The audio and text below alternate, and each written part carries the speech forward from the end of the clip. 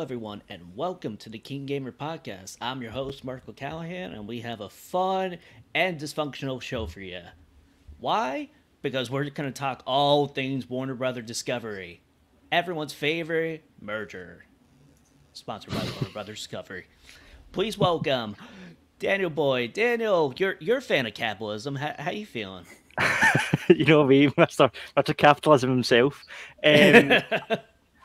I actually thought you were going to say that it's a dysfunctional show because I caused us to be almost 40 minutes late. So apologies for that. I feel like I'm going to have to spend this podcast making it up to you. So I'll just be full of praise and compliments and stuff, trying to get you to forgive me. Aw, Daniel. Because you guys don't see it, but behind the whip, man, Mark's cracking the whip. He's like, whoosh. Damn right. Noah. Don't worry. He runs a tight ship, not a shite tip. Exactly. Well, don't worry. I filled up the time just while talking about American football with the #1 Eagles fan, which really pains me to say that, Noah Rosenthal. How you doing, Noah? I'm doing great, and so are the Eagles. I'm a Giants fan. We're both doing bad. So you guys Daniel, this is your punishment. If you joke about that stuff with Scotland, you know, with teams and football teams and stuff, it's not really a laughing matter over here. It's a bit more violent, unfortunately. I feel like I've always heard like rowdy like football fans, but I feel like Eagle fans are probably like the equivalent of what we have here in America. Yeah, Philadelphia people are rough, but you know what? It's part of what I love about being part of it. We were at my brother-in-law hosted, well, not hosted. He was like the sales manager. I forget his title now, but of this arena football league here in America that, of course, quickly disbanded. But our rival was like Philadelphia Souls, so we're at a game to like support him, and we got in a fight with an 8-year-old Philadelphia fan because he was trash, and he's like, "Wait, you're gonna kick my butt? You're gonna kick my butt? Yeah, walk away." I'm like, "You're 8." But for Philadelphia, so that makes him like 26. Yeah. The only experience I've got of Eagles fans is from watching Always Sunny in Philadelphia. So if it's anything like that in real life, then yeah, I can see why you'd be scared. The thing is, they went to the Super Bowl. What was it, 2018, Noah? Well, it was the 2017 season, but it would have been in 2018 that the game was played. And it was a lose-lose if whatever happened to the city. If they won, everyone would riot. If they lost, everyone would riot. But they had to grease up phone poles, Dan, just so people wouldn't climb them and then break them. So that's how bad it got. But we are not the King Sports Podcast, although I would love to host that. We are the KeenGamer Podcast, here to talk about all things, well, not really gaming today, well, kind of, but we'll get into it. As I said in the top of the hour, Warner Brothers Discovery, I've had my grandma died in the past month, and this has somehow made me more stressed out than that. At least I was expecting this, and I was kind of expecting the merger, but I didn't expect it to be that bad. Love you, Jija. Not you, Discovery. Kissing the ground. But we'll get to all of that. Let's just start out with the games we're playing. Daniel, why don't you go first? What have you been playing? Sure. So I can't say too much about these games because neither of them are really shit. However, I was lucky enough to get codes for 2 games to review for KeenGamer, the website. So they will be coming in the next couple of weeks. So I got the code. First of all, I got a code for a game called Scathe, and then another code for a game called Rollerdrome. The Rollerdrome game is out, I think the embargo lasts next Sunday, so a week from when we're recording this. So yeah, it should be going up in the website in the next couple of weeks. So yeah, look out for that. But I actually I got the Scathe code first. That's out on the last day in August, so at the very end of the month. Yeah, I've played through. I only got them in the last couple of days, and I've been quite busy, to be honest. So I've played through just about an hour and a half of each of them. And as I said, because they're embargoed, I can't go into too much detail, other than I'm enjoying them both. Good first impressions from both of them. The first hour and a half of each has been extremely enjoyable. They are very different games. Rollerdrome, if you haven't seen it, it's essentially Tony Hawk's Pro Skater with guns. You enter a cel-shaded skate park and you skate around and you shoot enemies and explosive barrels and you do tricks to build ammo. And when enemies die, they drop health. You can dodge. There's snipers trying to shoot you. You can dodge when you're skating about. You can do different things. You can slow down time mid-air. It's kind of max pain as well at some points, and it is just hell entertaining. It's a lot of fun. It's basic, in concept. It's like I'm saying, it's a basic, Tony Hawk's game with guns, but it works. The mechanics that are there, well, they're not maybe that many mechanics. They're all solid. You've got variation, a few different guns like pistols and a shotgun. Again, I don't want to go into too much detail, but the mechanics out there are work. So I'm looking forward to playing through the rest of it and reviewing it. So yeah, fun so far. Rollerdrome kind of sounds like what old people thought skate culture would have done to them in the 90s. Like, oh, they're just going to run around on their skateboards and just have machine guns go boom, boom, boom, boom, boom, boom. Well, it is I can definitely talk about this because the poster and stuff has all been released in the trailer. All the marketing sort of material and the kind of image on Steam or PlayStation Store or whatever, it's very Death Race 2000. You've got this character looking right at the camera with this kind of colourful helmet on, and it's got that kind of 70s futuristic vibe to it. And it is, there's only a bit in the first hour that I've played, but I think it is might be like a TV show similar to Death Race 2000. And again, I don't want to spoil too much about the game because I don't know how much I'm allowed to say. But yeah, it's fun and it's got that kind of 70s futuristic aesthetic to it, which is cool. Just a reminder for everyone: if Daniel says too much, someone from that developer will come on a skateboard and just shoot you. So, do you know what? The person developing it is actually a friend of a friend, so he could get my address if he wanted to. Put it that way. Is this why you were 30 minutes late? You were just trying to evade him, or her, or they? Just try to lock the door so they don't come in and put a masking tape over my mouth. No. You could have just said that and it's like, oh, I was just taking a shower. It's like, for 30 minutes? What the hell's wrong with you? Waste of water. 30 minutes is a quick shower for me, to be honest. Well, we can't wait to hear more once you're actually allowed to open up and not hide out from your friend. So, Noah, are you playing a Bethesda game? It's amazing that you would guess that. How did you know? Oh, I'm just that good. Yeah, at you reading won't guess our itinerary. But yeah. I feel like this is the first time we've talked about Morrowind. Maybe. I'm pretty sure. How do you like it might be. Yeah, so Morrowind is an ancient game. Even playing it on a console, it feels like one of those ancient PC games. So, yeah, it's pretty easy to max your character. That's usually how I start. That's what I did. There's this exploit you have to run. It's similar to what you do in Oblivion, but actually easier because in Oblivion they kind of messed it up to make it harder. So what you do is you cast a spell. Well, you need to create these spells first, and what they do is,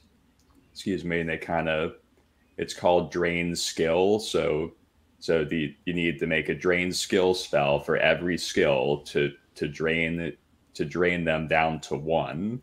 Then you walk up to a trainer for that skill and cast that spell really quickly. Then get the training window up, and it will think that you're like a level 1 in that skill. So now only charge you like 1 gold for a training thing. So you keep doing this over and over again, and essentially you're tricking the game into thinking that really you're level 1 and getting that +1, but then when the spell wears off, it goes back up to whatever it was +1.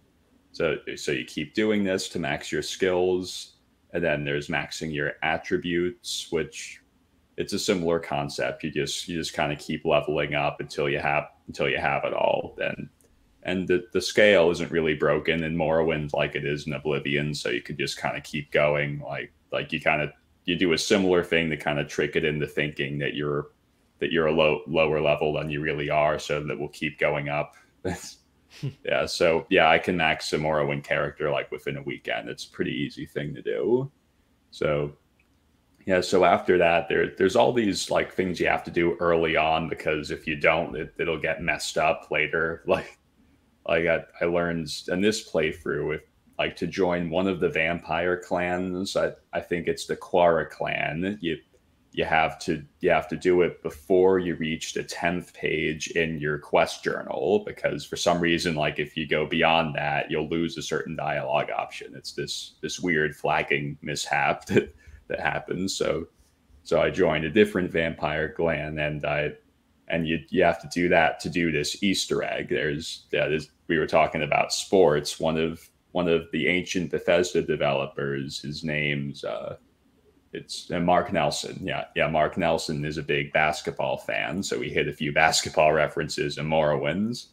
So there's this sword called Goldbrand, where if you have it prior to becoming a vampire, then run this exploit during one of the vampire quests, you'll get this message saying "Go to hell, Carolina." He's referring to the North Carolina Tar Heels. And then if you have Goldbrand, which you need it to work, it'll turn into Elton Brand. And Elton Brand was a basketball player in the NBA. He played for the Sixers and eventually became the general manager after retiring. But really, Mark Nelson's referring to his time in college. He played for Duke against the Tar Heels. Yeah, I don't get why people like college basketball, but a lot of it's more popular than NBA stuff. Noah, why do you have to come on here with hot takes? I'm not really a basketball fan. I'm not saying like I don't agree. I just don't understand because I'm not a fan. Daniel, do you know what March Madness is? March Madness? March Madness. No, can you elaborate? All right, so with college basketball, I mean, just to really, really simplify it, so a committee will decide, like, you know the whole concept of, like, brackets. Sure. So they'll seed the brackets of all these different basketball, college teams from around the U.S. nation. And they'll just play each other. It's just like a bracket. And it's like the first weekend there will be like 30 games happening. It's madness, Daniel. Yeah. Madness. Clues in the name. I've seen some college basketball, and those guys play hard. Like it is quite an exciting sport, college basketball. So I'm not opposed to watching it. And again, although I don't know the ins and outs of it. And that I feel like college is just in general just very passionate. I don't know if you're passionate about like college football. Not really. Okay, hot take. Yeah, only during when it's time for the NFL draft, I'll do research on the potential picks. Fair enough. Wait a second. Pennsylvania. You live in Pennsylvania, right? I do. Do you have gambling? Mobile gambling? No, I don't. Oh, sucks to suck. Anyway, that was Morrowind. Yeah, it's been fun. Now that I'm past all that tedious stuff you have to do early on, I'm just having fun with it. So yeah, I have Elton Brands. I have to have the sword, and I'm not a vampire anymore. I did all the vampire stuff and then cured myself. So I'm kind of going around collecting items that I want just because I want to have them for the duration of the game. And I'm recalling that the UESP wiki is usually the most helpful wiki for Morrowind, but really like all of the Morrowind data was done long before whoever did it really knew what they were doing. And now I'm remembering that now that I'm playing again. They don't really understand user intent, like at least they're not like they do with games like Skyrim. I was looking at this list because I'm thinking like I want to get all of like the unique weapons. Like I want to start out by doing that, so I have them going into every all the big quests. But they're missing so many on this page. And like there's 5 weapons here that or more. Like I'm just going through doing it slowly because they're missing so many. So yeah. So I may like I don't know. Maybe I'll redo them like years later. It's like they're yeah, like they should be thinking of it like, okay, so any weapon that there aren't multiple of, that there's only one of, should be on this list. Like anyone that's looking at this page, that's what they're hoping to see, and they're hoping to get every weapon that you can't just replace in one go using this list. But they only include ones that are like from I don't even know what system they're using. It's just poorly done. Now, when you're playing Morrowind, we've talked about podcast games or audiobook games. Basically, you play a game and you're like, hey, listen to a podcast, just listen to while you're doing stuff. Are you into that, or you're just like locked in on Morrowind? Can you be more specific with podcast stuff? Basically, when you're playing Morrowind, you're doing all this tedious stuff, you're grinding. Do you listen to a podcast at all? Not really. You have to have your computer by your side when playing Morrowind because like the game doesn't keep track of a huge amount of things for you. For just quests alone, you have this journal that just like does these journal entries that in whatever order you get them in, and it's not really organized for you. So it's just easier to keep track of it on a computer, and you need to know your options. Awesome. Anything else about Morrowind before we move on? Not for right now. Maybe next time. Sweet. Yeah. Speaking of podcasting games, I've been playing Assassin's Creed Valhalla. Nice transition. 7 out of 10. Yeah. But I feel like Valhalla gets a little too much hate. Like, I get it. Especially like the expansion stuff, like the Siege of Ragnarok, which I have not played. Maybe because it costs $40 and I have like so little space in my PlayStation 5 left. So until I get like one of those like SSD, or I already have like an external hard drive, which is already like maxed out. But it is a stunningly beautiful game. Like I'm just like roaming around listening to podcasts, and I'm like, oh wow, this is some good stuff. And yeah, that's all I have to add. I did not play as much games. Well, I only played Valhalla, grinding out stuff like, ooh, let's collect the wealth. And that's it. I was going to ask, is this your first time playing Valhalla, or is this you going back to it after a while? Going back to it. Right. Yeah. And the main story is fine. And I talked about like last week on the podcast, which you can listen on Apple Podcasts and Spotify, that like I did the quest where they did the crossover with Assassin's Creed Odyssey with Cassandra. That is really cool and free. Nice. It's kind of Not like Ubisoft. it's kind of like how the Far Cry 6 Stranger Things Sure. crossover. Right. It was like this unexpected free quest. Nice. So honestly, yeah, Ubisoft games are great for that, especially if you're going back to them, having a podcast on or having music on and just, playing through it, and they're just kind of doing the tasks that appear on the screen, because Ubisoft games really, it's just a checklist you're going through, whether it's outposts or whether it's, I don't know, collecting stuff or whatever you're doing in a Ubisoft game. It's just easy to have. You don't need the audio from the game, because a lot of time in Far Cry or Assassin's Creed, it's just kind of background tertiary audio anyway. And if you get your subtitles on, then you don't really miss anything in the cutscenes. But usually I do pause the podcast if a cutscene comes on, and then go back to it. But yeah, each their own. But with a lot of like side quests, it's like, hey, you gotta collect all the wealth and you gotta do all the collectible stuff. It's like, okay, that's when we have the podcast on. Yeah. And maybe that is like a fault against it. I don't know. Like, I do like quote unquote podcast games. However, if the design of the game is like, hey, you gotta be invested with collecting the collectibles, and you're like, you know what? Nah, I'll listen to a podcast instead. I don't know if that is a thing against it or something for it. That's something I just thought of right now. It's nice to have both. I think as just a fan of gaming, it's nice to have games where, you do have to, like The Last of Us, where you do have to focus all of your kind of focus onto that game, as opposed to, a Far Cry game where you can just kind of tune out and take it in. Exactly. So it was a short section, but that is the games we're playing right now. So on to the news. And Noah, you got to do a lot of heavy lifting because I don't know what this Pokemon stuff is all about. They had a big presentation, Pokemon Presents. I'm more interested in like that cafe mobile game. That seems pretty sweet. I get to feed Mewtwo from Smash, which Yeah, from I love Smash. saying that. Like, yeah, Mewtwo from Smash, and a lot of people get upset.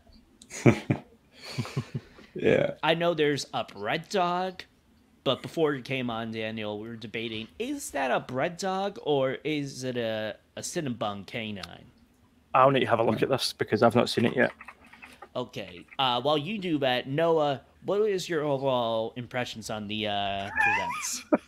He said Daniel just found it. Is it a bun? Is it a brioche? I can't even say in the podcast. Is it a brioche bitch? It looks like the amalgamation of a yeast infection to me. But yeah. Pun intended? Sure. Yeah. Yeah. Yeah, so I was generally pleased. That I wouldn't say I was blown away. I liked what I saw. That I mainly go by like did I like the new Pokemon?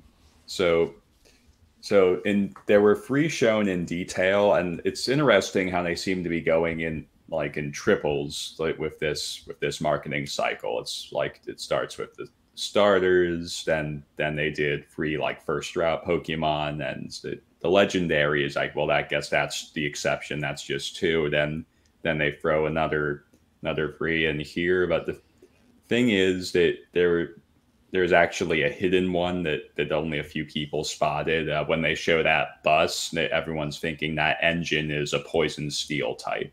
Like that's a Pokemon hidden there, which I guess could be true. And I think an engine's a good idea. Like, yeah, and that would make sense as poison and steel. So is the the free bus a Pokemon? I'm not sure that the bus is. I'm thinking that's cool. Yeah, I'm thinking that's part of this rumored racing mechanic that like with that bus, like it's a tour bus or something. I don't know. So the 3 new Pokemon shown, we were talking about the bread dog. I forget what it's called. Something oodle like. Bread dog. It's bread dog. Yeah, so we're calling it bread dog. So it's a fairy type. I described it as it looks like it's made of cinnamon buns. That's kind of what I thought looking at it. Looking at it again, I was like, I guess you could say bread dog. It's Fido. It's called Fido. So to me the name Fido is like it makes me think of something else. There's a philosopher called Fido, so it just kind of confuses me. But yeah, because it's phonetically the same, but one's a bread dog and the other's a philosopher. So I got past that. So I guess Fido looks okay. To me, that's a Pokemon that has a lot of potential to have a lot of different skins. Like I'm thinking it's good. We've seen a yellow one. I'm thinking that maybe there's going to be like a pink one, a blue one, like that kind of thing. I thought you were going to start listing different types of bread, like croissant, baguette, white, brown breads, brioche. You know that multigrain. That could be, and that actually would work. That would work really nicely as well because it would be the Gen 9's equivalent of Alchemy, the icing Pokemon from the Galar region. So I went into evolving. It's called a Milcery evolves into Alchemy, and I didn't realize there were different forms of Alchemy. So I just ended up with the standard one. I kind of wish I had known that I could pick what it looks like earlier, but whatever. So yeah, so I'm thinking that Fido is a first evolution, and it's going to evolve into something like Alchemy, and it's going to have like a different color. But actually, I'm glad you said that, Dan. That didn't occur to me. Maybe it is going to become a different kind of bread. Yeah, it could be. So. Yeah. So then there's Titan. So Titan is my favorite of the new Pokemon shown so far. I think that thing looks awesome. It's like a a walking ice whale. That's a Pokemon I may catch. It looks really cool. And the third one, there was a third Pokemon shown. What? Forget what it was called. So I'm gonna be honest with you guys and all the people listening. I am so hungry right now. I am hungry. I want French toast. I want to eat this Pokemon. Imagine that bread dog, but with like salmon and cream cheese. You know, just spread through it. You go, right. oh. I'm more of like I want like a dessert. I'm looking at that. Like it looks like a cinnamon bun, maybe like a cream cheese, like Some icing icing kind sugar. of thing. Yeah. Oh, what was that? Cinnamon sugar dust. Chocolate Maybe fountain. Yeah. I don't. Oh, chocolate fountain. All right. So talk food to me. right. Yeah. So I got it. It's Paldean Wooper. So yeah. So this is That's so cute. yeah. This is a regional variant of course. I think Wooper's a Gen 2 Pokemon. Yeah, Wooper and Quagsire. So it's going to evolve into some new variant of Quagsire. I like the look of it, but I think people are more excited about these ancient and future forms that we're going to see eventually. Wooper. What does that look like? I wonder if it'll eventually go out of date, because bread goes out of date quite quick. I found like goes stale. Since moving into my own place and only having 2 people living in the house, like we never finish a loaf of bread. So I'm like, wonder if it's the same for Pokemon. It just goes blue and moldy a week into the game, like. Right. Yeah. So I mentioned Paldea. That's confirmed as the region name, and really, that, in addition to a lot of what was shown, really confirms that once again the leakers are legit. Like Riddler Coup has an inside source. The new guy Kaka has an inside source. Game Freak has got to plug these leaks. I'm based on like that there was kind of a feud between Riddler Coup and I think it was Centro Leaks, and based on what was said, like to me it sounds like Riddler Coup's like a kid who maybe has like a relative that works QA and is really just having him play the games because he doesn't want to or something. So there's all these leaks coming out of Game Freak. They've got to figure this out. Maybe they should hire the guy who made Rollerdrome. All you just need is a skateboard and a machine gun. Right. Yeah. Add a context line for this podcast. Right. So some people have suggested that maybe like the leakers are maybe like this is a marketing tactic, like it's an inside job by the Pokemon company. I like it. I think it's a conversation to be had, but I don't think it's likely. I feel like a company would be going pretty low to do something like that. Like I wouldn't go there if I was head of a AAA gaming company. So these leaks, are these big spoiler leaks, or they're just like okay? Yeah. So Riddler Coup, he makes these riddles. He tries to hint things through these riddle graphics and tweets that he makes. The new guy Kaka actually, very few people like have direct contact with this person because they don't have their own account, and they kind of leak things to like 2 other accounts. Like it seems like Centro Leaks is the big one that they regularly communicate with. I mean, it could be from the actual Pokemon company. Yeah, like I said, like I'm not going to discount it as a possibility, and I just feel like it's such a huge risk going there because like you have no idea like if that gets out, like how the public would respond to that. Like you're just using leaks as your marketing tactic, like that. Like that's shady. That's genius. I don't know. Like that's not a risk I'd ever take. Well, as long as they don't leak anything from like Pokemon Cafe Mix, I'm all good. Daniel, Right. I'm just gonna assume you're like me, not really into Pokemon, right? Not got a clue, man. If it's not Pokemon Red and Blue, I don't know what you're talking about. I have That's played all. a Pokemon game before in Smash Bros. Is it? It's one of those things. Like, I'm not even like making fun of the Pokemon. I'm making fun of some of the Pokemon, not the fans. It just Wooper. Come on, this is adorable. Seems like a little stinker. And there's a bread dog. What if there was a hot dog turtle? Bad. Hot dog turtle. Think Hot about dog turtle. it. Hot dog turtle. Just keep saying it until they make it. Well, that sounds more like a bug snack. Oh, the superior Pokemon game. Thank you for reminding me, Noah. Oh my god. Is Pokemon trying to pull a Bugsnax? A bread dog? I mean, food Pokemon isn't new. So yeah, I can't think of the first food Pokemon. Yeah, they it called... was Bunger in 2020's Bugsnax. Right.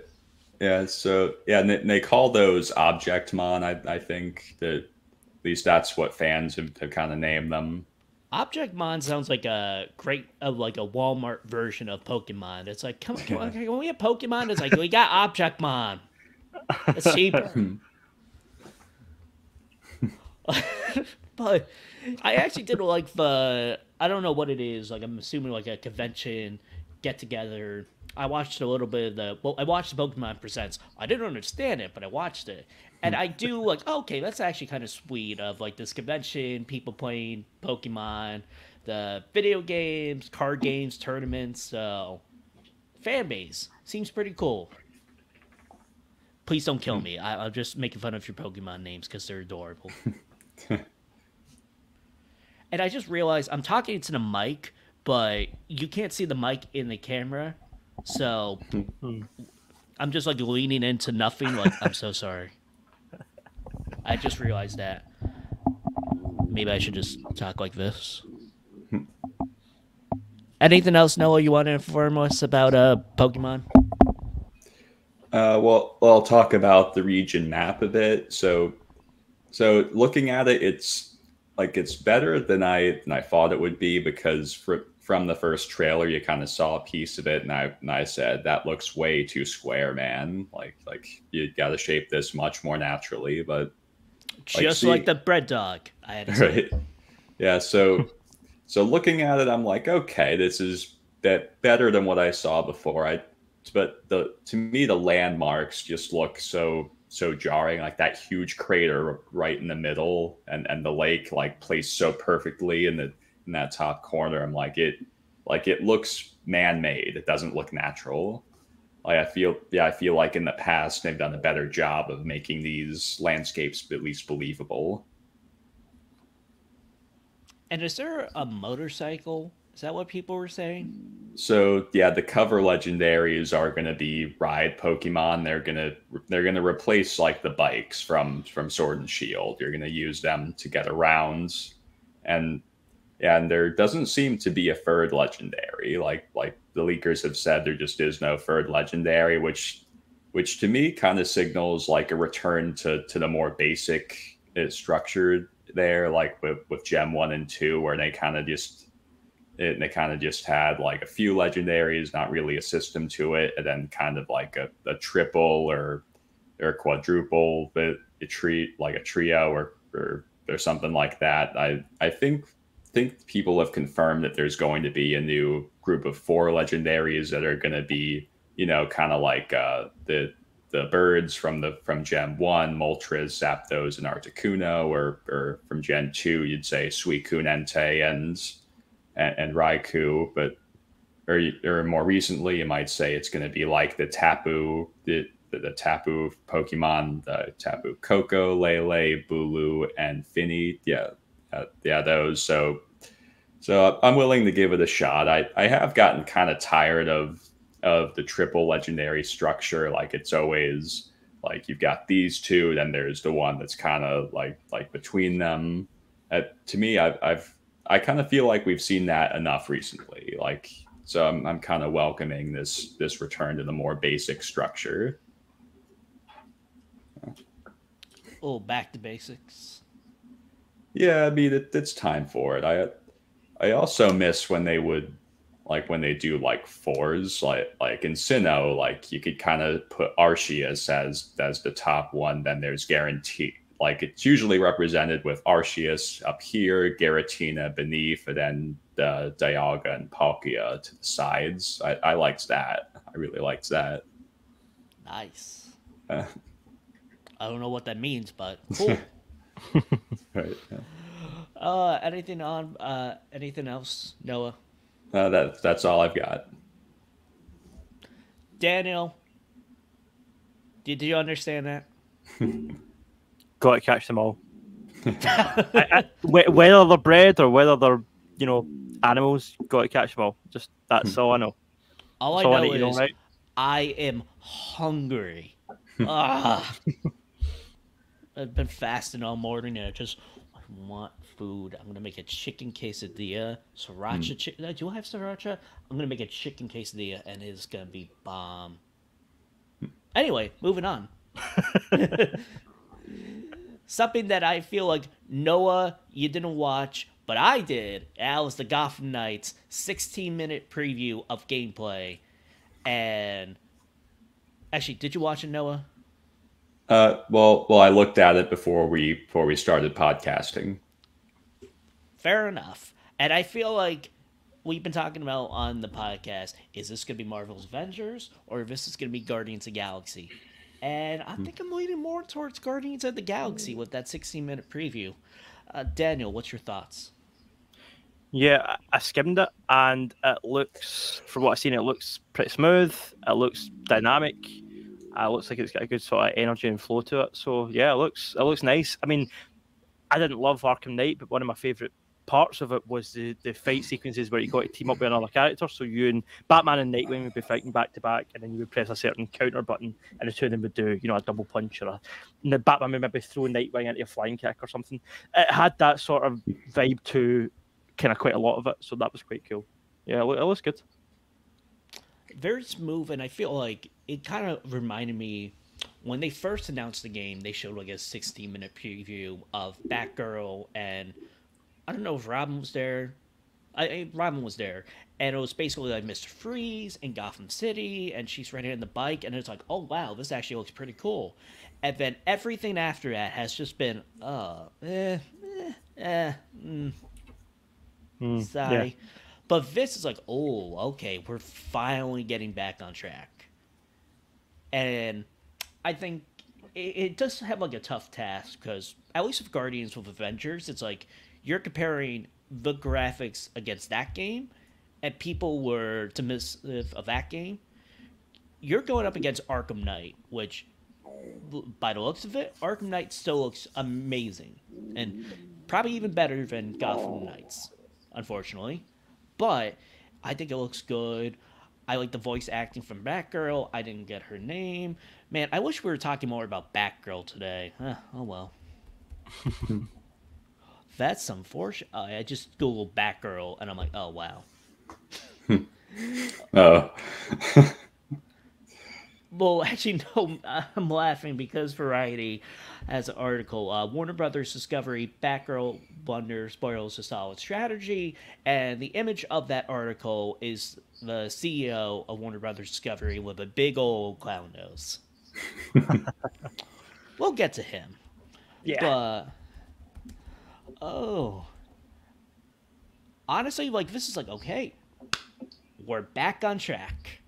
Hopefully they can continue with that same kind of energy going forward. Honestly, it's a little selfish for me because, yeah, of course I want this game to be great. I'm a DC fan. But I'm also a bigger Superman fan, and I want a Superman game. That would be nice. I want it. Keep your Choco Taco. I want a Superman game. I can't wait until this podcast becomes instantly dated, because that's probably coming back.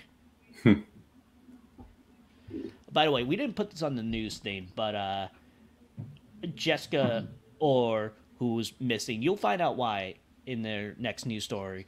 But did you guys see the PlayStation basically acts like, hey, you guys still cool with NFTs or... Yeah, it was weird. And I was like, what did I say about the PlayStation stars? Yeah, it's totally NFTs. Yeah. It's kind of like if you asked me right now, like, hey, Mark, do you want some broccoli? It's like, no. And then you ask me, like, a couple minutes later, like, are you... how are you feeling about that broccoli thing? And I'm like, no, I don't want it. You're really Everything hungry. goes back to food. Yeah, I'm really hungry. And then when we talk about Warner Brothers Discovery, I'm going to be hangry, Dan. But... anything else about Gotham Knights? I'm looking forward to it. I hope it's good. We'll see, because we've been showing games like this before that have looked really cool in trailers, and then you get the game and it's what it is. But hopefully this is... It's almost as if they're trying to prove something by how much gameplay they're showing. This was an IGN exclusive, I think, this first look thing.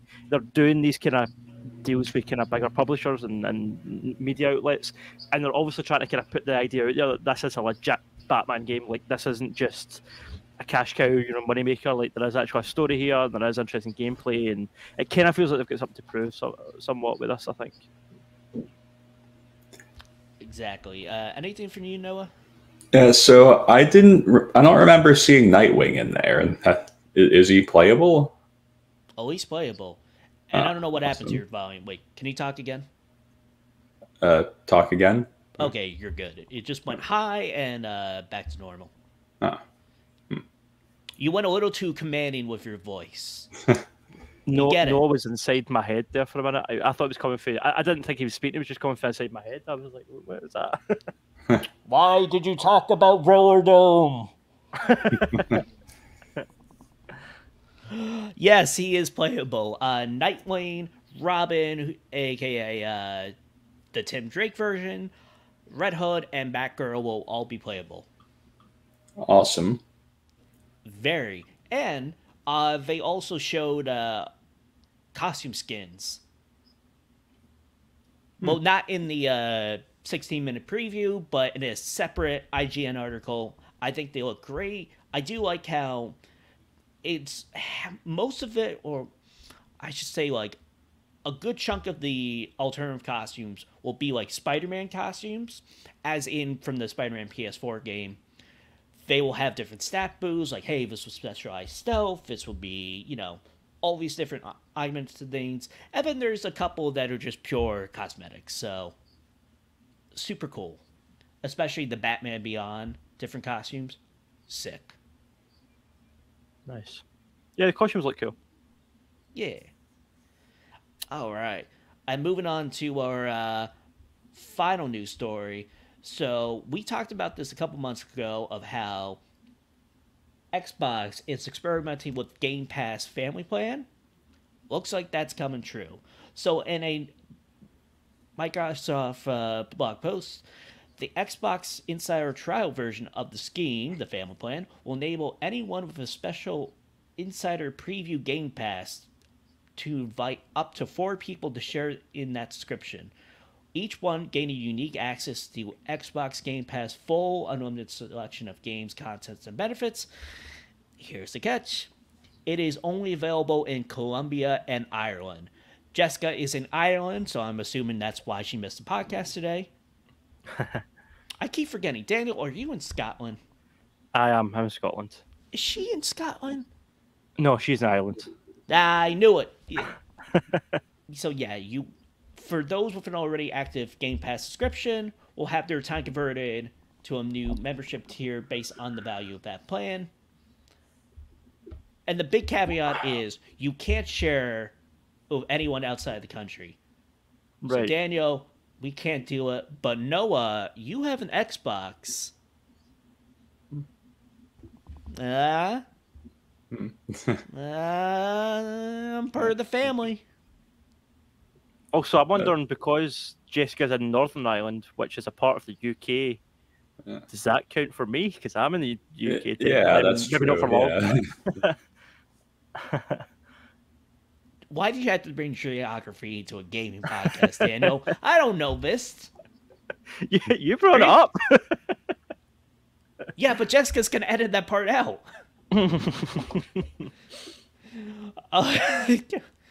That.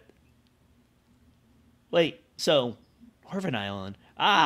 It just the two locations just seem quite random. What was it? Ireland and where else did you say? Columbia. Columbia. Right. Wait, yeah, that's those what are I the was two thinking. places. For a second, I'm like Columbine. Nope. Columbia. Colomba. Yeah, I can spell. Ish. Like, I wonder if it's to do with the laws in those countries, or if it's to do with like server use in those countries, or why that is. Strange. Yeah, I'm very confused by that. Why not? Yeah. Why not? Has there been anything fun that's happened in Ireland in the past 5 years? Let's not get political. Yeah, exactly. I don't know what the politics are, but yeah. And by the way, I completely forgot to mention Pokemon Go to the polls. I always have to say that when talking about Pokemon. If you get it, you're a true one. Anyway, how do you like the family plan? Do you think it's going to work? Noah, let's start with you. So I'm surprised it's not more customizable. Like it's fixed on 4. Like why assume that a family, like all families have exactly 5 members? Yeah, like what? Yeah. Like what if I have 10 kids with 3 different women? I don't. But what if I did?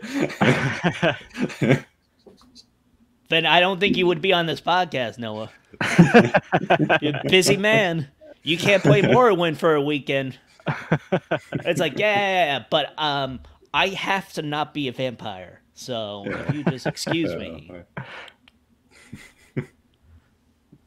I wish it was customizable like that. Do we have any inclination of price yet? No. Nothing's been mentioned. Not in the article that just sent. Because I'm just wondering, because Xbox Game Pass sort of solo as it stands just now is quite reasonably priced. So I'm wondering if you were able to get a group of 4 or 5 friends together and split the cost, would it be worthwhile? You know, how much money would you save? Would it be worth the hassle of like sending each other's bank details and transferring money? And that's kind of what I'm wondering. Like, you know, I don't know. I feel like it'll be a good deal, but it's like, oh my god. Yeah, because it will take a bit of coordination. Like, even if you get friends on PC and some on Xbox, and you get 4 or 5 of them together, and then it's like, right, let's get the yearly subscription, say, and then you split it between the 4 of you, and you know, someone uses their bank details, and then they'll transfer the money, and it's like all that hassle. You would need to be saving like 50, 60 quid, you know, to make it worth it. I don't know.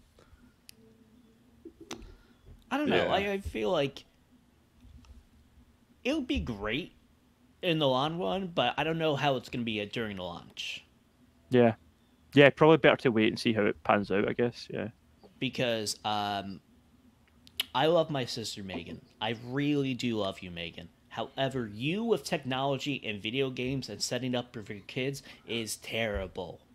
Is terrible. I cannot explain why they are popular. She's like, what's the deal with an Xbox? Why did it cost $500? I'm like, you're wearing, or I don't know, basically, you have a big old expensive purse.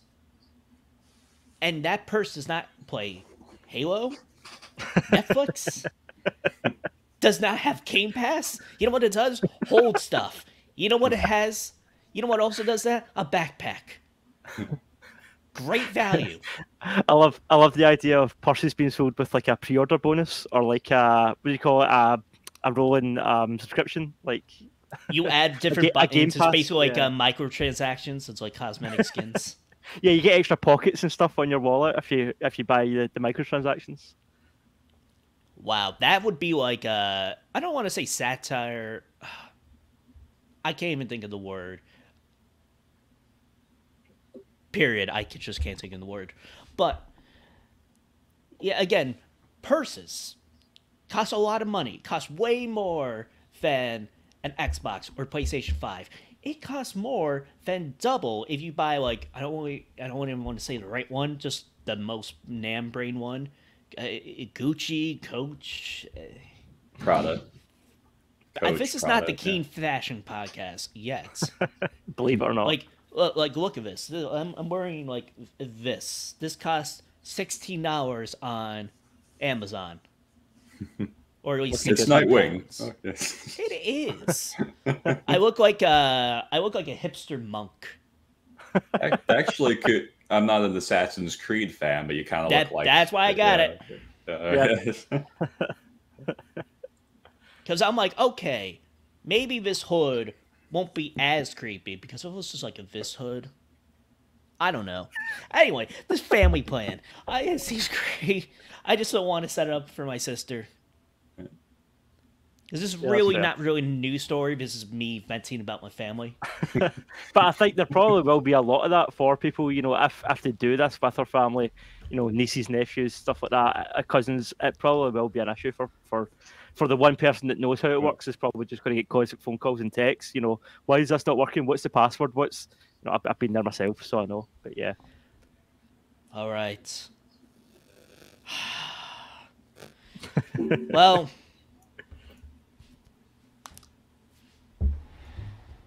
I got my ibuprofen right here. It's going to be such a headache. Guys, what the f*** happened? That is a good question. What the f*** happened?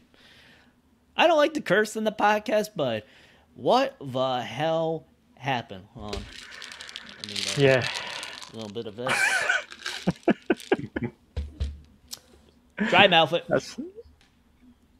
I should have washed it down with a whiskey. Yeah, I don't see even following it, like just following it as it unfurled was stressful. So the idea of actually being someone that worked on one of these projects, whether it's the Batgirl movie or the director or whatever, does anyone know what's going on? Is Black Adam part of the, like, what continuity is Black Adam in? Is that part of is that in the same universe as Batman v Superman? Is that part of, did Warner Brothers know? What's going on? So, whiskey now. It's like Serenity now. From Seinfeld. Anyone get that reference? Yeah, Serenity now. Yeah. Hey! Thank you, George Costanza's father. Serenity now! Ah. Serenity now! So,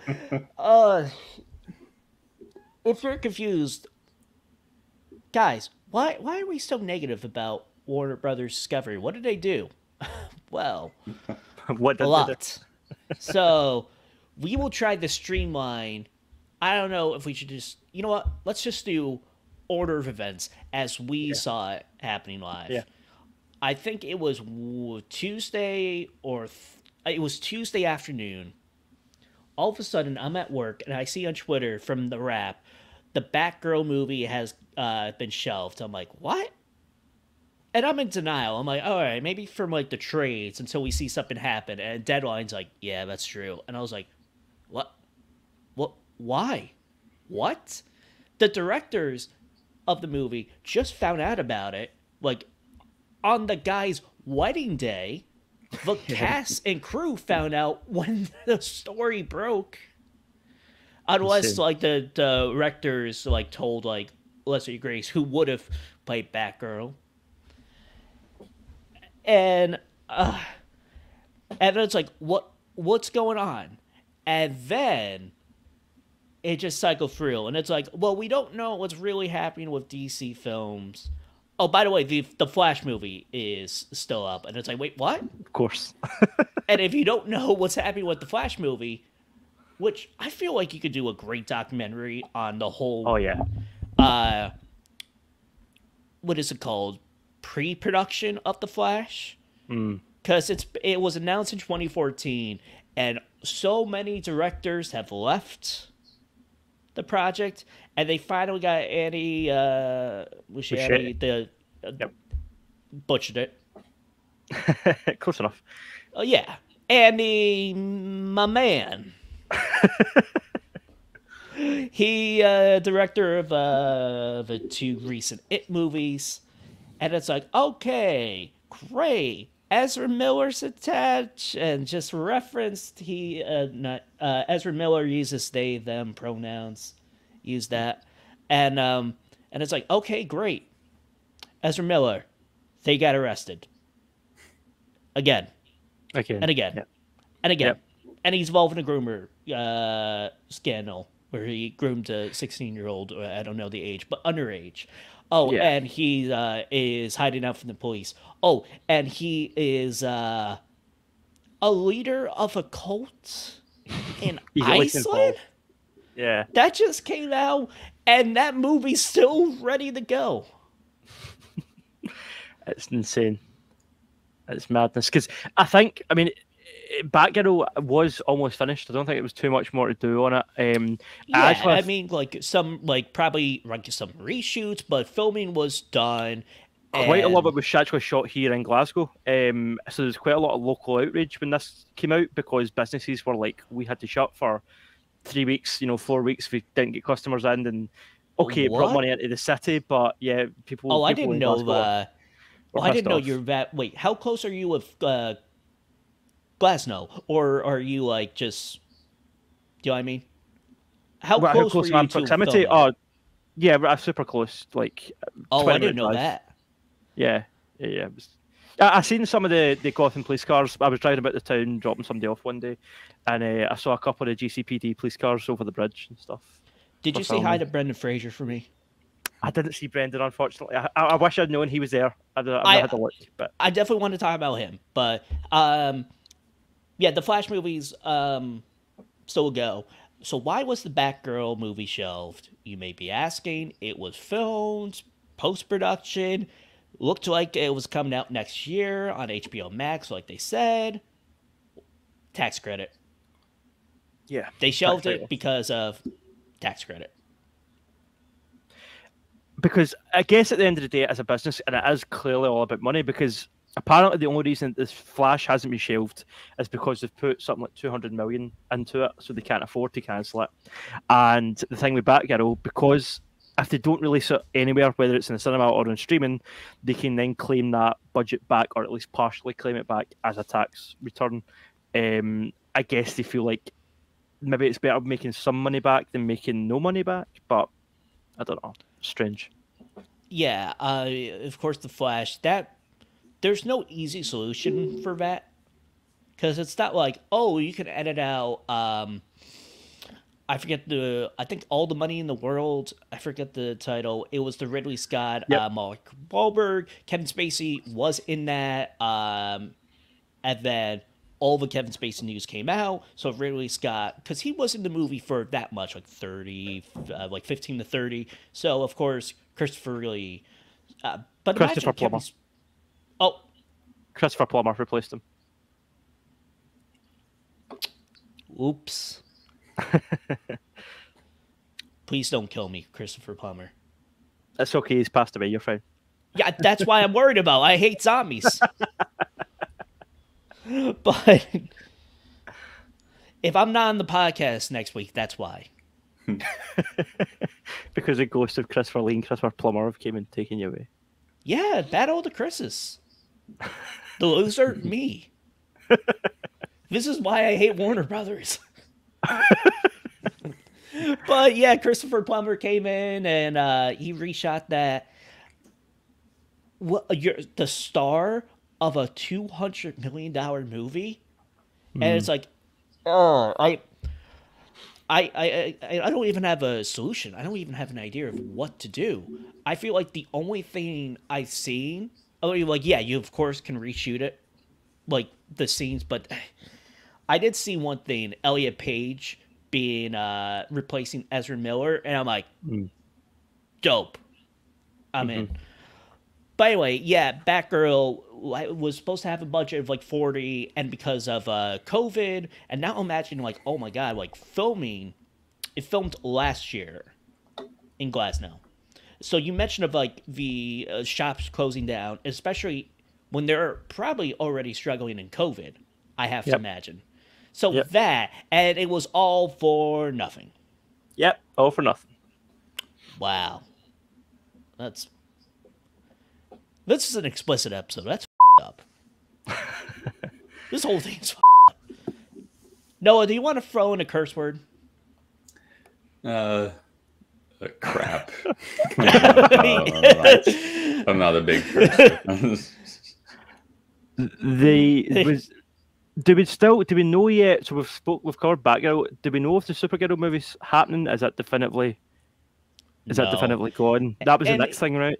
And in fairness, I feel like they didn't really officially announce the Supergirl movie. Mm-hmm. I feel like that was probably in the pipeline, but it wasn't like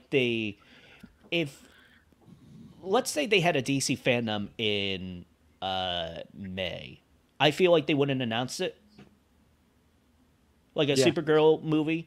And it's like, so people have been saying like, oh yeah, it's like the Wonder Twins movie. So if you don't know, they were starting a Wonder Twin movie. They casted the leads and then immediately shelved it. Why is that different?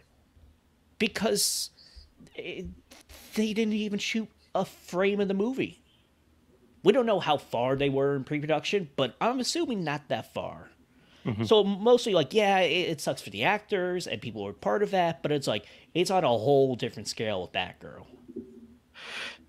The thing with the Supergirl movie that I found interesting, though, was the idea that the rumours we were hearing a while ago was that with the reshuffle, Supergirl was going to possibly, according to the rumour, be the new super character of this universe, because they were talking about phasing out Henry Cavill's Superman and having this version of Supergirl kind of lead the Justice League. How do you go from that to cancelling the movie altogether? It's such an extreme kind of pull, and it's like, what is going on? What is happening? I always say when people when we talk about like DC and Marvel, it's not really like, what is DC doing? And I'm like, okay, let's just clarify. It's not DC, it's Warner Brothers. Yeah. You can say like creative decisions like within DC Comics and all that, but it's like, no, with movies, and you want to talk about movies and TV, that's all on Warner Brothers. But listen, it's not like the DC movies. I'm not talking about in quality. I'm just talking about like the production direction, which I just made up that phrase. Wasn't really clear at all. So I get the whole like, hey, let's just reset this. Again, so let me just clarify. This Warner Brothers Discovery main topic is very complicated. Yes. And it's I'm not talking about like the figure, like, it's just like, how to explain this? Because we're only talking about like the tip of the iceberg right now. So with The Flash, and if you can see like from the DC fandom teaser,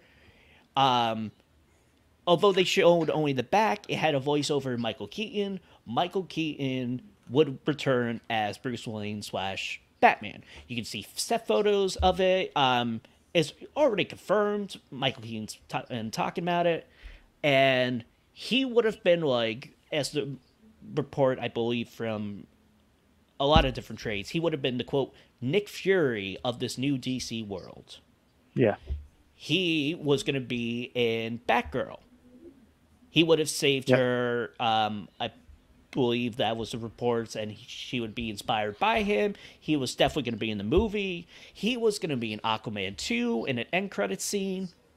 So that was yeet. All gone. All of this also just follows a few days after we got the good news that Ben Affleck was going to be in Lost Kingdom, Aquaman 2. That was revealed, I think, just a few days before all this shit came out, and it was like, why did it go from positive news to such negative news so quickly? It felt like such a U-turn. I think I was revealed on my birthday. Happy birthday. Thank you. Your gift of showing up 30 minutes late was not appreciated. I'm just messing with you. Speaking of gifts, I think the only thing that you can count as a gift from all of this is the cancellation of the Gotham Knights TV show. So I don't think anybody wanted to see that. So No. You know what? I want to see Misha Collins at Two-Face, the look of it. So hopefully, like, some concept art will get leaked. yeah, why not? At this point, it's cancelled anyway, so why not leak it? So Batgirl. So the thing is, and I don't know if it was from. Oh yeah, so it was Aquaman 2. According to reports, they had test screenings, and Michael Keaton's Batman showed up. Test audiences were so confused of like, what's going on? Why is he here? Which, of course, if The Flash would have came out at this time, or the added like caveat of that, that would have made sense. So it looks like everything is like Michael Keaton's just getting scrubbed from all these movies. I feel like if the Flash movie happens, he will still be in that. But whatever, like, oh, he's going to be like a main character going forward, I feel like they'll just like cut that out. Yeah. And before we move on to Batgirl, I just want to talk about Brendan Fraser. Brendan Fraser seems like the sweetest guy around. And I feel bad for like a lot of different people. I actually feel more bad for the directors, and I can't even like do a ranking. Like my top 5 people, I feel bad that Batgirl got shelved. Number 5, but Glasgow business owners. Yeah. And it's like the tagline of like, number 1 is gonna shock you the most. It was Michael Keaton. No, but. I actually just feel so bad for a lot of people, cast, crew, everyone who put all their hard work. People at Glass know, the shops, I never even considered that. But Brendan Fraser was blacklisted from Hollywood because he was sexually harassed by a producer. Producer never really got in trouble, I don't think. So he kind of went away from Hollywood. He was taking care of his kids, including one of them with like autism. And he kind of seemed like a shell shock until 2017.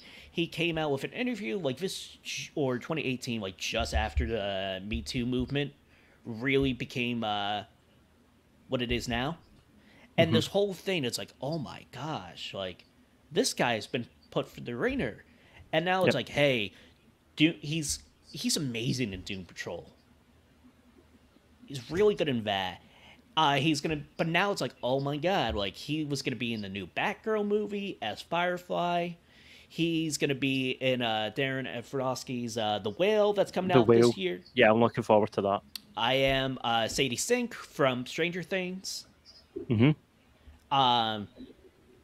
Is getting I mean, with the movie of Darren Aronofsky, it's going to get some Oscar buzz, so hopefully that goes that way. He's going to be in Martin Scorsese movie. The Fraser Renaissance is here. And Warner Brothers was like, no. No. Honestly.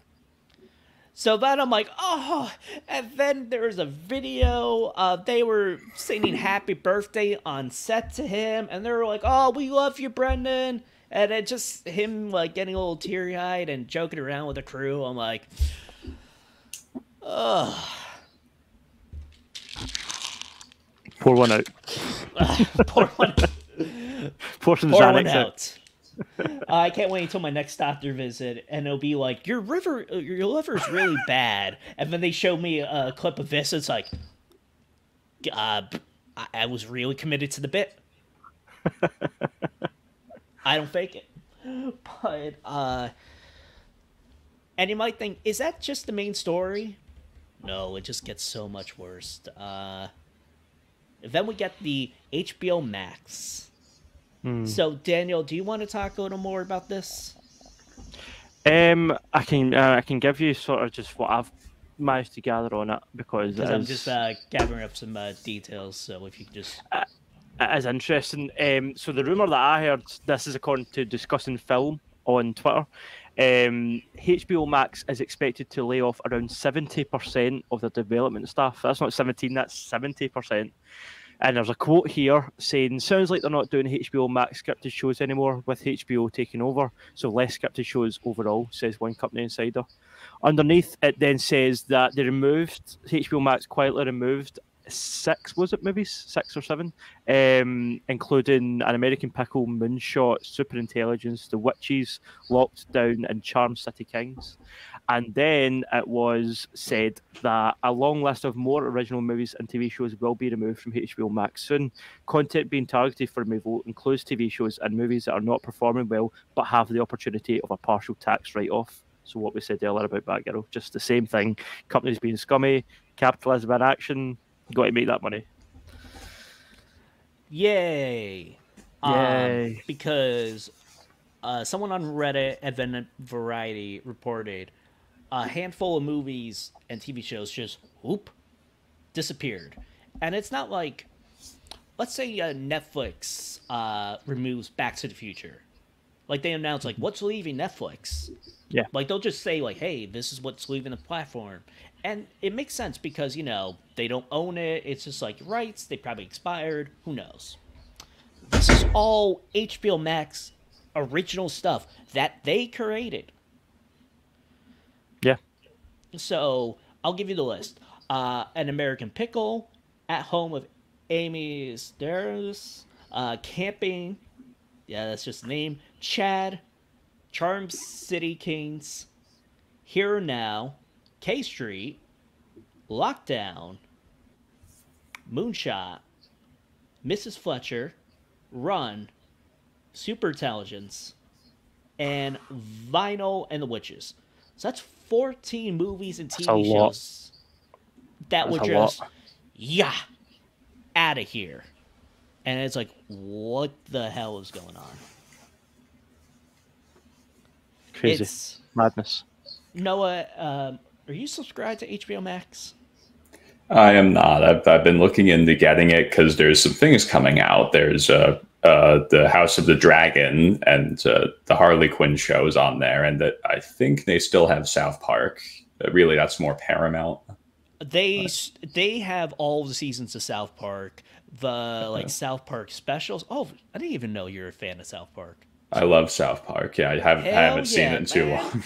We're talking about football. Yeah. We're talking about South Park. Dan, you gotta come out late more often. We gotta bond, Noah. But yeah, it's just like the exclusive Paramount shows, specials on Paramount Plus. But I believe in 2025, all of South Park will go to Paramount Plus. But for right now, it's on HBO Max. Yeah, right. I've been there's no direct free trial. I've been looking into getting it as an extension to one of my streaming plans, and there's so many now. It's just hard to keep track of what gets you what. Exactly, and there is so many streaming plans. But I'll since we were already talking about DC, does anyone remember the DC Universe app?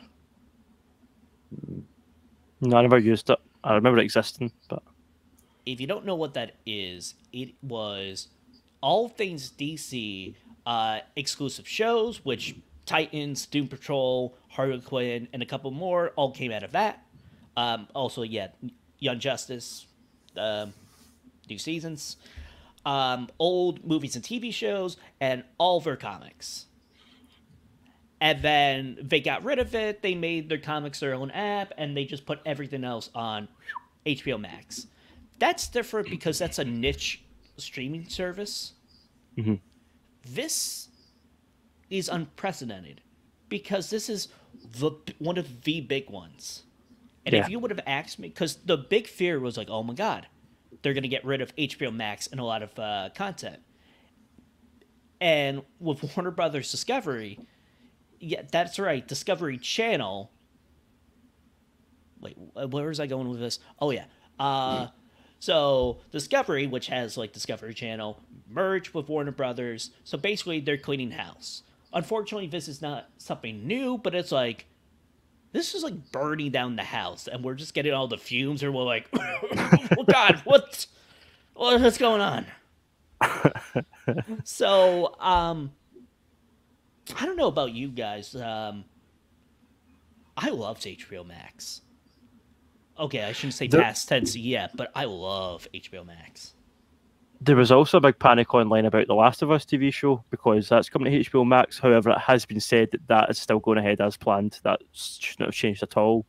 And it did feel like quite a lot of franchises and creators had to do damage control because there was folk online freaking out. Are we going to get The Last of Us? Are we going to get more Peacemaker? Are we going to get the Batman 2? Are we going to get all these series? But apparently those three, at least Last of Us, Peacemaker Season 2, and this Batman sequel, as that's all coming, that is still going ahead as planned, so that hasn't been affected, which is good to know, I guess. But at the same time, the fact that these people are having to come out and confirm that it's still happening, it's so messy. It's not a good public image for these companies and creators to have. It's just it's a mess. And, well, I wasn't really worried about Last of Us because it seems like there's an HBO original shows, like Euphoria, and then there's like HBO Max shows, like Peacemaker. And That's why that's safe. Yeah, exactly. it was like, no, this is going to be an HBO show that, of course, will be on HBO Max. The Last of Us. Kind of like House of the Dragon. I'm pretty sure that's not a Max original. I think you're right. Yeah, it's HBO. I'm sure. Yeah. So, but something like a Peacemaker or Harley Quinn, I'm like, oh God, that's not good. And while James Gunn has said, like, oh yeah, it's safe, does he really know that? For now, yeah. For now, it's like, hey. But he can't really come out and say, like, guys, I don't know what the fuck's going on. But it doesn't, because no one does. No one does. That's the beauty of it. It's like we can all bond of saying, what the hell's happening? And does anyone on this panel own Peacock? No. I have Peacock. Yeah. Why do you watch Peacock, Noah? What shows? Let's see. I haven't used it in a while. I think I watched Everybody Loves Raymond through there. Just because. Deborah. Yeah, it's nice to have it just available. It has The Office now. I wish you would have said that first. It would have proved my point better. Those are the two shows that come. I think it has Modern Family, but I think I watched that through Hulu, actually. I think that's Hulu. Modern Family's a little weird. But I really thought Peacock would have been the first major one just to collapse. Yeah. Because it's like, why do you watch Peacock? The Office. That's the only place you can get The Office. I don't know about Glasgow, but here in America, everyone goes crazy for the American Office. Yeah. I'm sure the American Office is on Netflix over here. I think. Yeah. Yeah, we used to wouldn't have be it on shocked. Netflix. Right. Back in my day, Dan, it used to be on Netflix, and they paid like $100 million just to get it. I'm sure it's still on it here. I'm not 100% about that, but I'm pretty sure I seen it earlier when I was scrolling Netflix. It's always like weird. It's like international, like Netflix. Like when Titans was on DC Universe, when that was airing, it was on international Netflix. I can't. Listen, I can't explain like rights here in America, and I'm not talking about like everyone's like, oh, like political rights. I'm like, no, where's the TV shows? Yeah, TV rights, duh. Yeah, Like the TV. mouse, yeah. Who has Back to the Future? Yeah. And then everyone in the room was like, what the hell is wrong with you? I'm like, I'm asking the real questions. I'm asking the questions that no one wants to ask. Where is Doc Brown going? No. But like, I feel like, and it's like, I don't think Peacock has made the money back from the investment of the whole streaming service, or at least NBC Universal has not made that money back. And it's like, guess what, guys? HBO Max, that's probably going under. But we'll get to that. But it's like, there's some real panic of like, hey, if your show's not doing well, you're going to get cut. There is no physical release of your show. It will just be lost to the world. Now, I'm not saying you should pirate, but you know that game Assassin's Creed for Black Flag when you play as a pirate? Yeah. It feels pretty good being a pirate. And Ubisoft encourages you to be a pirate, so I listen to Ubisoft there. So I'm just saying, if it gets scrubbed off HBO Max, arg. That was a horrible pirate impression. I'm very sorry to the whole pirate nation. You did not deserve me. I'm sorry, guys. The 5 ibuprofen in my head right now is really messing with my insides. It's all the fumes from the building burning down that you were talking about earlier. You're just breathing it all in, and you're like, ah. Probably the best meme I saw. You posted a lot of great memes, Dan. We didn't even talk about Blue Beetle. Yeah. Like, Black Canary, I'm not going to say, like, I'm okay with that. Yeah, of course I want to see a Black Canary movie. But that has not shot any film yet. Blue Beetle is almost, if not done with filming. There's a great meme. It was from an episode of SpongeBob. And Patrick and SpongeBob are looking at this dumpster. And you see, like, the cartoon, like, stench the garbage. And there's a picture of the new Warner Brothers logo. And Patrick and SpongeBob's like, "Oh my God, what's that smell?" And Patrick's like, "That is the smell of Discovery." Perfect. So it was the whole big panic of like HBO Max is going under, and what happened the next day was like the anti-Comic-Con. They had their conference call for earnings call, and usually like we're looking into like these presentations and I'm like, oh my God, what are they gonna announce next? And it's like we're watching this. It's like, are you an investor? I'm like, yeah, I'm invested. I'm watching this. I'm like, what are they gonna do? What are they gonna do? And what are they going to slaughter next? Yeah, what are they not gonna announce? It's like Kevin Feige has like the Phase 5 maps. Like basically, like it should have been like a screen of the trash can from your computer, and it shows you all the files. Like, are you sure you want to delete that? Yeah, they want to delete that. And Madness. did you guys watch that conference call? Yeah, I seen bits of it. I kind of watched the highlights and stuff. So they didn't do a great job of like going like, whew, it's all fine. If it was all fine, we wouldn't be doing this podcast. I would have eaten a bread dog by now. God, I want that bread dog so bad. But I'm going to pull up this slide that a lot of people were talking about. There's actually 2 slides. So they talked about a lot of stuff. So the big thing to come out of it, HBO Max and Discovery Plus. Discovery Plus is all the Discovery Channel stuff, 90 Day Fiancé, like True TV stuff, Impractical Jokers, Shark Week, and HBO Max are combining, just like we all didn't want. Now, I don't know if anyone's like, okay, there's 3 images. So, I wish we can just share this. So I'm just going to describe it to you, general audience. There's a slide, streaming business model, a circle that says content, 2 arrows, movies, TV, streaming. Yeah. No shit. That's what you're not describing to someone like in the 80s of like, okay, what if I told you can watch everything on one platform? It's like, no, we're in 2022. We have so many streaming services that I might be bankrupt by 2025 if the fumes and Christopher Lee and Jones don't kill me first. God damn it, I said Jones. Who's Christopher Jones? I don't know. I'm just going crazy, guys. Who is Christopher Jones? The voice in your head. He really is. Um, oh, he was in 1969 Brief Season. He was not in a lot of movies. So that was one of the slides.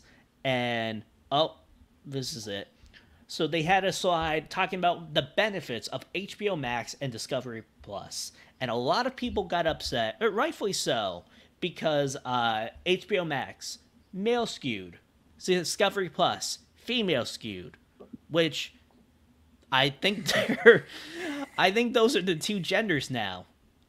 This is not a sausage fest. This is HBO Max. We have all guys on the platform. Daniel, what's your reaction?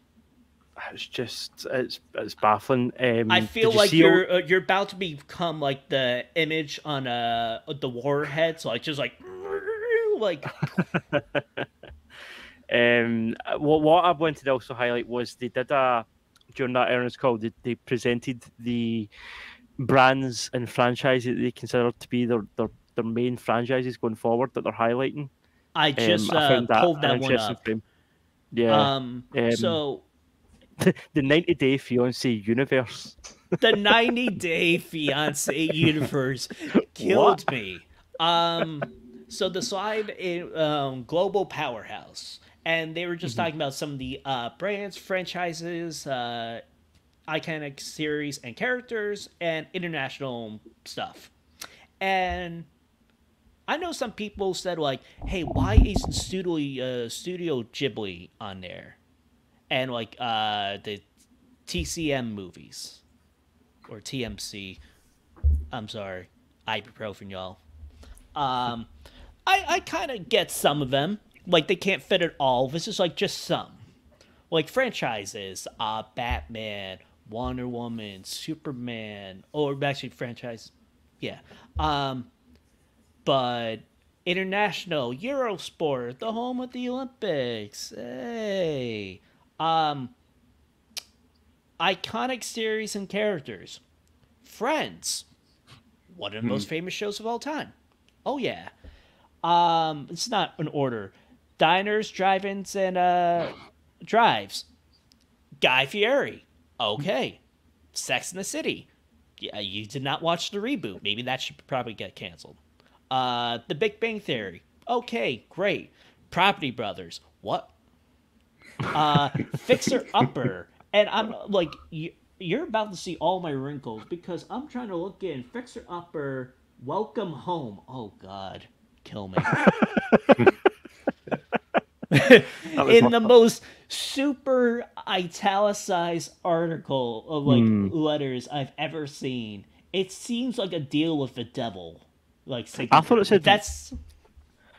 said Widow's House. I was like, that's what I thought too. I'm like, Fixer Upper. Like, we're gonna fix someone's tragic life on this episode of Fixer Upper. Yeah, that's the one with Joanna and what's her husband's name? It's that Joanna Gaines. Yeah, they fix up houses. So they do. Oh God! Whoa! I can't wait to pay $15 a month. Okay, Global and franchises. I don't care that Dan already spoiled it. Franchises: Batman, Wonder Woman, Superman. Awesome. Harry Potter. I despise J.K. Rowling, but I totally get why you put that. Game of Thrones. Absolutely. Even Shark Week, because everyone talks about Shark Week. 90-Day Fiance Universe. Can't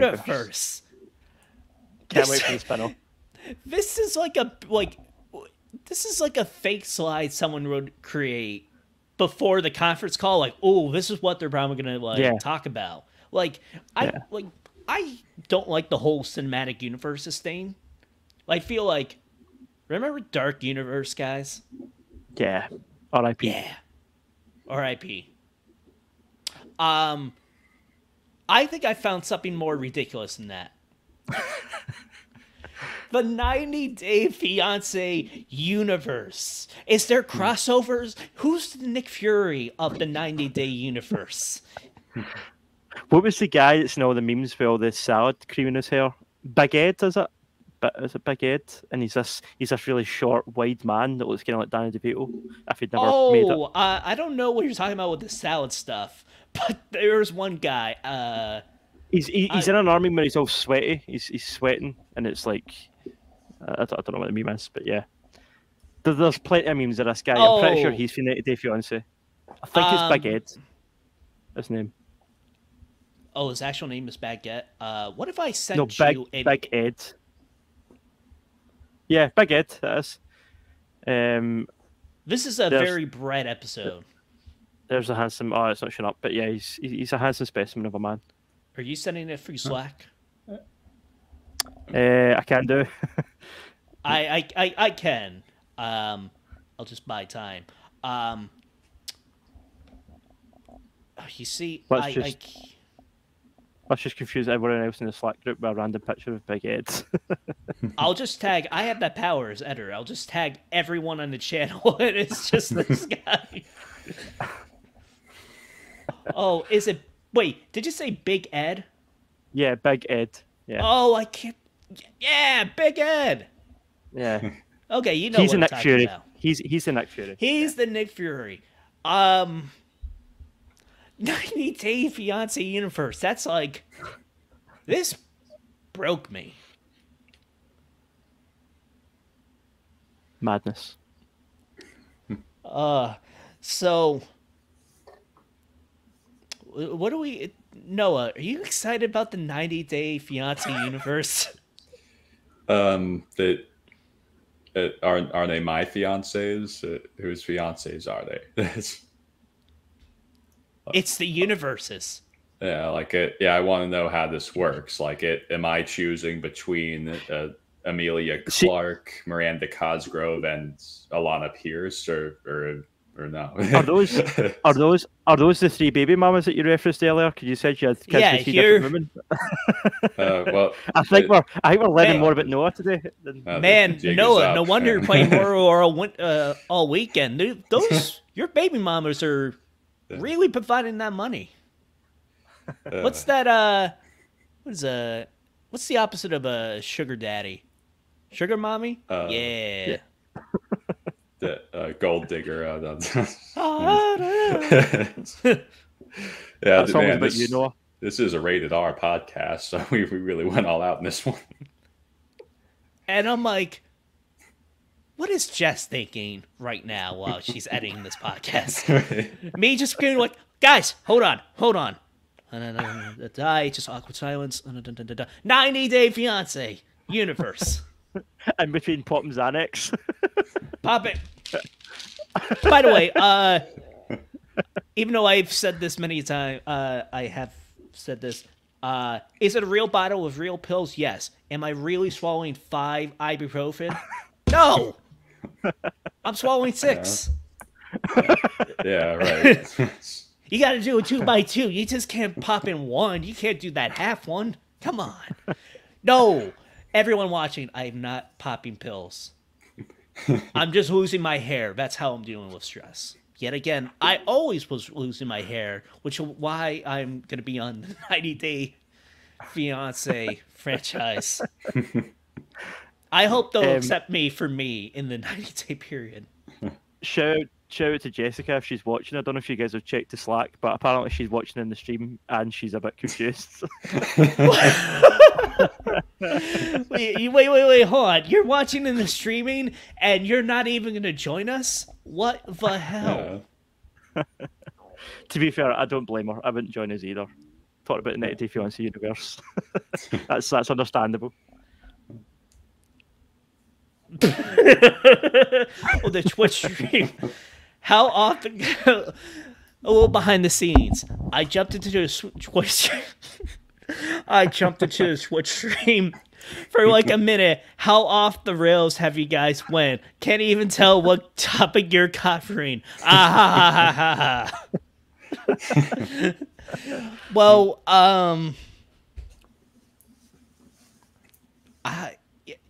Jessica, we told you this podcast would be messy with all this drama. It's not really us breaking this down. It's more of like a cathartic reason of why we're having this podcast. Noah, if it must feel so nice to feel very little stress over this, because Daniel and I have just been like chain smoking like crazy, being like, Discovery, man. Like, are you? And I'm like, you kidding me? They're getting rid of all, and I'm like just shouting at people. I'm like, no, they're getting rid of cinema. This is what Martin Scorsese's been like. Yeah, that's Scorsese's dream come true. He's got Brendan Fraser now. He's not giving him back. You know what? That might be the only good thing that came out of this. Martin Scorsese, you take Brendan Fraser. Make him safe. There was. That's what was amazing about all this as well. Just to kind of get back to what we're saying, they announced Joker 2 with Lady Gaga in between this absolute shit show. Like, what? It came out of nowhere. It was like, here, this is cancelled, but see, in 2024, we're doing a Joker musical, and it's going to have Lady Gaga in it. And it was like, what? It was so, I don't know, it was so disjointed, like marketing-wise and message-wise. It was all over the place. I'm so sorry to interrupt, Daniel. The comment is from Jessica. Stay safe, Noah. He ain't safe. He has 3 baby mamas, Jessica. That he admitted. I didn't put that narrative in. He did. It's canon now. It's canon. No, canon. Alexa, what's 90 times 3?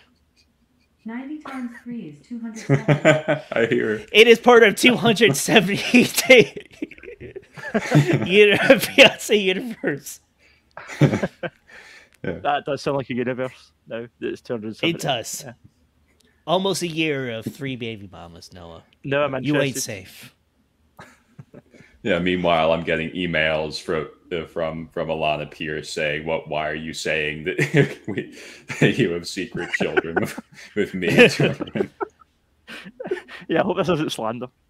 Who's Ruby? Who's? Oh my god! I was like, who's Ruby Rose? And it's like the actress. It's like, no, Noah's character. Ruby. Finish the last name for me. Ruby Red Fox. She's Fox. Yeah, she's the Fallout's version of the Gray Fox. I can't wait until Miranda Cosgrove's like, who's Ruby Red Fox? But going back to Joker 2, listen, I am very excited for the news. It's not confirmed, but it's pretty sure that Lady Gaga is going to play Harley Quinn, and it's a musical. I'm all in for. But I kind of feel like Warner Brothers officially, they gave us that little teaser thing of like, okay, this guy, this will make you shut up, right? No, it didn't. Are you excited for Joker 2, Noah? Yeah, I didn't see the first one. I kind of dropped the ball there. You did. Yeah, I got to see that. Yeah, it was a poor man's Taxi Driver. Oh yeah, like great movie, but back to Scorsese again. Oh yeah, it's everything goes back to Scorsese. I think the main thing, again, this is not a recap of the event. This is us trying to like get some catharsis or venting our craziness out. Okay, maybe that's just me and I just dragged you guys down with me. But I think the main question is, what's going to happen next? We of course know, like, of course, they're going to merge into a streaming service, Discovery Plus and HBO Max next year. Well, summer 2023 for people in the States. I don't know the international rollout to heart. I think 2024 for you guys, Daniel. Mm-hmm. Mm-hmm. But I think just in general with Warner Brothers, what's going to happen next? So is this in reference to the DC future? Because they did comment on that. They did, but it's like, how many times have we heard like, we got a plan, we got a new plan, and I feel like I want to say the only good thing, because I don't know if it came from him, but the new CEO, he basically said in the comment like, guys, why aren't we using Superman? Yeah. He's our most like we need to make Superman movies, and it's like, Yeah. okay, you got me. Okay, I just yeah. So let's but with the future slate, so I mean, yeah, like you're saying, how many times have we heard them say that we've got a plan just like Marvel? Like we've heard that a bunch of times. They try to do it, you know, in Man of Steel. They try to, even though that wasn't never intended to set up a universe, they try to build a universe off of that film, and we saw how that went. And there's still fallout from that. Like I'm saying, Black Adam, Shazam 2, are those in the same universes? Is that the same continuity still? No one really knows. I guess the Flash and Aquaman are. What about Blue Beetle? Is he separate? Like, so it's so scattershot. I think they announced during Comic-Con that Viola Davis will be back in Black Adam as Amanda Waller. So Right. yes, Okay. but no. Yeah. What? So here's my pitch, right? If I was in charge of DC and I was asked to solve this, right? They normally have their fandoms in October. So see this October or November, whenever it is, right? The end of the year. This year for 2022, you come out and you say, listen, stuff's changed behind the scenes. There's been stuff going on, but don't worry about it. We've got exciting movies for you, and you show your trailers for Shazam and Lost Kingdom and whatever, and then you have that rolling until next year. And then I would also say, like, this is the end of that universe that started with Man of Steel. It's going to end with, I think, Blue Beetle's the last one announced date wise, because Black Adam's October, Fury of the Gods is December. Although there's a rumor that that's going to get pushed to 2023, but as of now it's December. March next year is Lost Kingdom, June is The Flash, and August is Blue Beetle. I would come out this year at fandom and say Blue Beetle is as a part of that universe. All those movies are still connected to the Snyderverse, I guess, but that's the end. It's not going to, Flashpoint's going to be like the kind of climax, and that's it. And then you start your new slate. You start afresh. Maybe reboot Superman with Henry Cavill, change the suit a bit so that people can tell the difference. It's a new version. Maybe cast a different Batman and go from there. It feels like at the minute they're trying to have their cake and eat it too, because they've announced this 10-year slate that's they're going to do solo movies and then a crossover movie in the sort of Kevin Feige blueprint style. But they're also releasing movies like Shazam and Black Adam that are still connected to the old universe. Plus, you've also got separate universes with the Joker and with Matt Reeves' Batman. It's so convoluted and confusing. Is James Gunn stuff in the same universe? I guess it is, because the Justice League turned up at the end of Peacemaker, but it does feel separate, and it's such a mess. It's so disjointed and unclear. And that's the thing, people that aren't in the loop don't have a clue what's meant to be a part of what universe. Like, there's somebody in my work that I talked about films quite a lot, and he's not as into it as I am. And he asked me when Matt Reeves' Batman got announced, he was like, oh, did Ben Affleck leave? Did they replace Ben Affleck? And I was like, no, it's a different version of the character. And then he's asking me like, oh, is Joaquin Phoenix's Joker going to turn up in a Justice League movie? And I'm like, no, again, that's see, for people that aren't in the loop, it's so confusing, and that must be losing the money. That, like, everybody's used to the Marvel formula where everything ties in, other than Sony, but that's Sony movies are shit. Let's not talk about Morbius. But in terms of making kind of Disney continuity Marvel movies, people are used to that, setup. To ask them to accept all these different universes and not be clear about it when you do a conference call, it's like, how can you not see that they must be losing money because of this? They must be losing investors. It's so messy. I mean, it's tough with DC because you either go all in with well, no, I shouldn't say all in. I feel like in an ideal world, the Flash movie, just like Flashpoint, if you don't know from the comics, Flashpoint, it was this big event and it restarted everything. I won't go into why and all that, but that is, if you ever heard of the New 52, that was like a relaunch of all things DC. All the continuity goes away. Yep. I hope the Flash movie, like, in an ideal world, that is like a restart. This is the main universe going forward. Mm-hmm. Of course, you can have old actors in.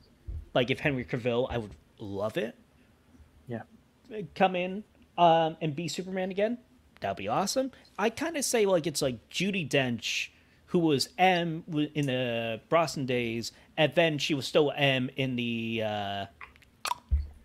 Daniel Craig. exactly.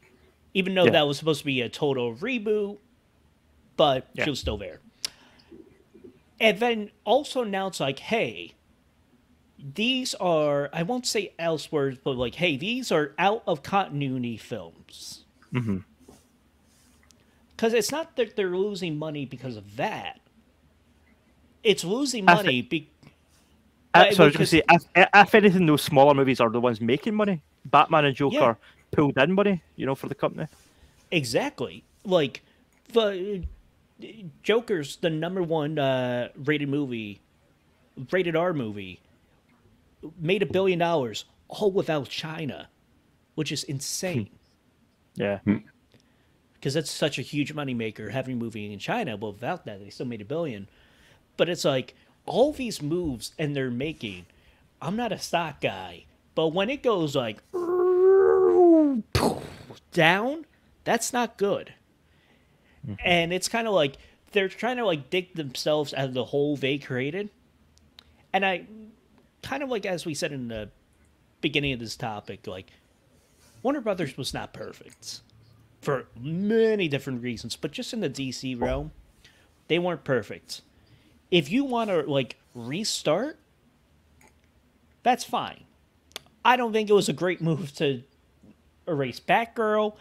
And by the way, because it's tax credit, they can't show Batgirl. They can't put it on streaming. They can't make a profit on it. So that's why. So I would love a restart. You should just start off fresh. And it's like, okay, yeah, with Peacemaker and all that, but either you do that or you try to have your cake and eat it too. And you know who said that? Marie Antoinette. I know that because of Assassin's Creed Unity. It did not wind up well for her. No. At all. Her head? Ja. So, I know you got to make the tough decisions. Does not make an excuse to make the wrong decisions. Again, you're not keen economics. We're not keen business yet. We're just a keen fashion podcast with a little bit of games. I don't know. Noah, you, to quote the great Jessica Orr, stay safe, Noah. How you feeling about everything? I'm feeling good. Looks like a nice day out there. Nice summer breeze. Did want to extend on what Dan was saying about like what's in what universe. Like so with DC, like it's like I feel like I'm not a huge superhero movie fan, but to me the problem with it has always been the powers are just so lopsided that it's hard to make any sort of functional cinematic universe with all of them together because you've got Superman and then you've got the Flash. These things just don't compare. Like some are just so much better than others, and the ideas are all so different. Like Aquaman, like what is that? Like it's and Batman doesn't have any powers. Like I really stick to just Batman. I like how Batman as itself functions because you've got Batman who's tough, and then the villains who sometimes have powers, but they're not lopsided. They're like manageable. Mm-hmm. Yeah. Noah, why do you have to sound like my dad right now? I'll get these superpowers. Batman, he doesn't have any powers. He's okay. No, actually touched on something there though that I think does kind of speak to what we're talking about, because you just said how there's different ideas here. Right. There's lots of different ideas that cross over, and trying to put them together is the challenge. But I would argue the reason that Joker and Batman were successful is because those are different ideas seen by a director with their own vision, and they were allowed to make that vision without too much interference and having to tie into future movies or whatever. So if you give talented creators, writers and directors their own story to tell, let them use whatever characters they like, and don't make them set up anything or tie in anything. Just let them make a good movie. You'll probably get good results, because so far James Gunn's Suicide Squad was quite a departure from the rest of the DCU. People liked that film. I wasn't mad on it, but people loved that film. It did well. Joker was the same with Todd Phillips. Matt Reeves' Batman, and Are you Val talking Zod about Superman. the Suicide Squad? Yes, sorry, yeah, the Suicide Squad. Okay. And then Val Zod Superman, which is apparently in development by Michael B. Jordan and what's his name, Mister Can he finish a story? What's his name? The guy who wrote J.J. Abrams. Okay. Yeah, Yeah, so I yeah, thought you J.J. meant Abrams someone and else. J.J. Abrams he's apparently developed his own version of Superman possibly along with Michael B. Jordan from the Creed movies, and again, I think that's going to be totally independent from everything else. Why don't we just let that kind of take center stage? Clearly, those movies have done the best for the company in recent years. They've made the most money. People like them. Why do we need to be like Marvel? Why did DC feel like they need to be like Marvel? Why can't they just tell good stories? Not everything has to connect and cross over. That would make more sense to me. You know how you can be successful like Marvel? Don't copy Marvel. Yeah. That's the thing. My dad told me this great analogy of being a business owner. So let's say on the left side of the street was this bakery. This bakery, very famous. Everybody loves it. Makes lots of money. Someone sees that bakery and says, I'm going to do exactly what they did. So they open a bakery on the right side. And over time, the left side is still in business. The right side goes out. Can't make any profit, can't make any money, has to shut down. So the two owners talked. The right side said, hey, I did everything you did, but I still couldn't make any money. I failed. But you're still in business. How come? And the left side owner said, because I was focused on my business. You were focused on two businesses, yourself and mine. Yeah. Oh, you didn't think I would get wise on this podcast, right? Good analogy, yeah. Oh. Very appropriate to this situation. And I feel like so with these cinematic universes, everyone is looking at Marvel. And maybe one or two can succeed, but it's not gonna work. Yeah. Because of like how much we won't get into why they're successful. I could just go on. And I just realized the ibuprofen has a sleeping side effect to it. I took the PM once. Not a good thing. But in order to be successful, just do something different. I know like people are confused, and it is a little annoying if explaining like, oh, so Joaquin Phoenix is going to be in the Batman. It's like, no. But if you look at the box office numbers, no one's going to care. Yeah. Well, as evidence, it's like no one cares as long as you write a great story, have a great cast, great direction, all the good stuff. You'll be good. But yet again, I don't want them to ban in the universe because I just remembered I love Peacemaker. Not canceled yet. The thing is, though, you look at these other successful cinematic universes, and even to some extent, Marvel, they didn't know it was going to take off on the scale it did. They built it as it went, and then they kind of ad-libbed a lot of it, and it kind of took off partly by luck and partly by just making good movies.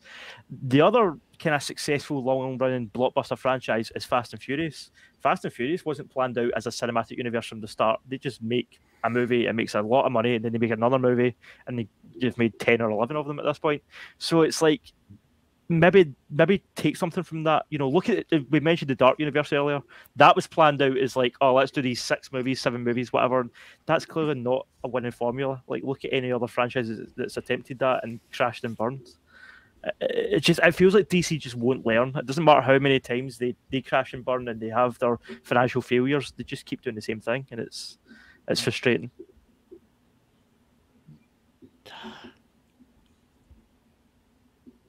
This is back-to-back depressing episodes I've been on.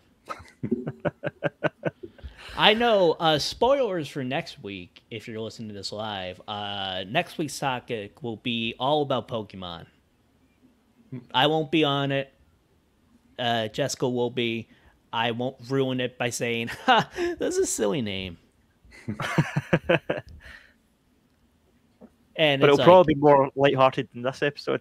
oh, 100%. Like, oh, last week we were talking about like GTA, and it's like Rockstar's like, really? You narrowed the gender pay cap? What does that even mean? You guys suck. And then all of this thing with like Activision, I don't even know. Yeah. We're approaching the 2-hour mark. Jessica has a lot to listen. I think let's wrap it up. Anything you guys want to mention about Warner Brothers before I pass out and cry? Just get it together. What is happening? Get it together. Right. Well, the good news is next week's episode, a lot more lighthearted. I should probably warn you, we don't know the news for that one, but the main topic will be lighthearted, and that's all that matters. Yeah, it does. Yeah. And guess what? Now I'm talking more about like, it's gonna be lighthearted. The sun's coming out. We should be a little more positive on these episodes. Yet again, the world's not positive. Either can I. Anyway. Daniel, where can people find you? You can find me at the Pop Shock Podcast on YouTube and Twitter and Facebook and Instagram and all those good places. You can find us on podcast feeds and on YouTube. You can also follow me on Twitter at danboy95 for upcoming reviews of those games I mentioned earlier. And I just want to say to Jessica, if it is my fault that I derailed the podcast, I want to preference that Daniel showed up 30 minutes late. When we clearly specified 10 a.m. Eastern. Daniel, that is your punishment. You have to deal with the fallout of this podcast. Sorry, not sorry. I feel like I've already had my punishment. Just being on this podcast. Just hearing about jalapeno bagels and bagel dogs and. Are you also hungry now? And then getting DC depressing knowledge bashed over my head. It's like, I thought DC stand for Detective Comics, not depression. Depressing circumstances.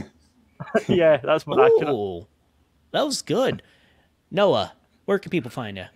You can find me on YouTube. On YouTube, type in The Black Rose, maybe add the word Bethesda, hit enter, and my lovely channel should come up.